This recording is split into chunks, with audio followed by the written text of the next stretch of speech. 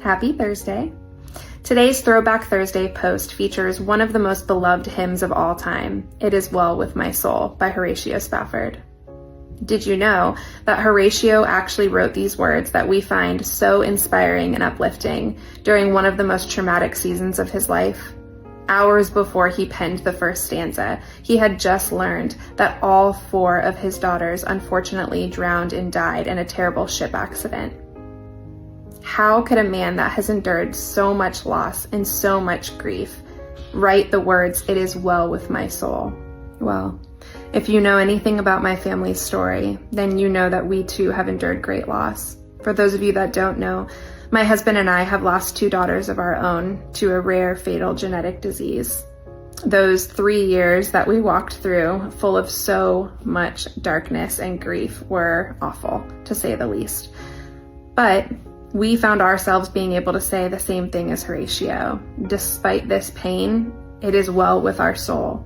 And we could say that from a place of having peace that far surpassed our understanding. There were days where we would wake up and have no idea how we were still breathing. We would have no idea how we could still manage to feel joy when looking at Olivia or any of our other blessings in our life. But somehow we managed, and that's because we knew that God was holding us in the palm of his hand the entire time. This peace that Horatio and I have both experienced came from a place of deep trust in the Lord.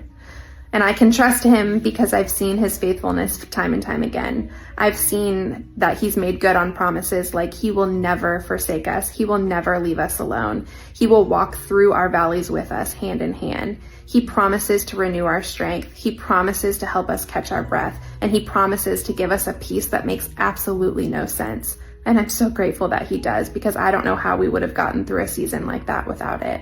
And so my prayer for you today is that whatever it is that you're going through, whatever thing has recently knocked the wind out of you and has left you feeling like you're gasping for air, I pray that you ask him for a peace that passes your understanding. I pray that he meets you right where you are in your valley, and he takes your hand and he leads you into his presence where you can feel safe and secure and known and loved and taken care of.